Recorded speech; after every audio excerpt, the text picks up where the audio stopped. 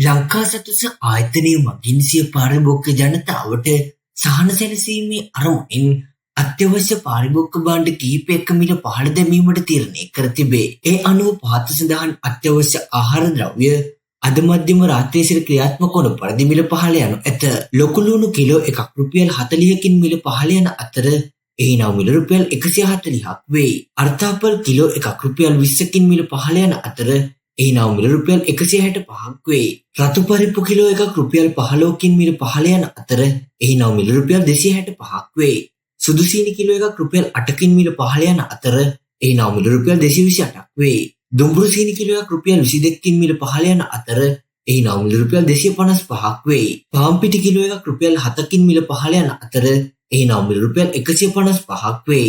වියලි මිරිස් කිලෝ එකක් රුපියල් 40කින් මිල පහළ යන අතර එහි නව මිල රුපියල් 730ක් වේ. ඒ අනුව ඉහත සඳහන් අත්‍යවශ්‍ය ආහාර ද්‍රව්‍ය මිල අද මධ්‍යම රාත්‍රී සිට ක්‍රියාත්මක වන පරිදි මිල පහළ යන අතර හෙට දිනේ සිට දිවයින පුරා පිටි ලංකා සතුස ආයතන මගින් මෙම මිල ගණන් යටතේ මිලදී ගත හැක.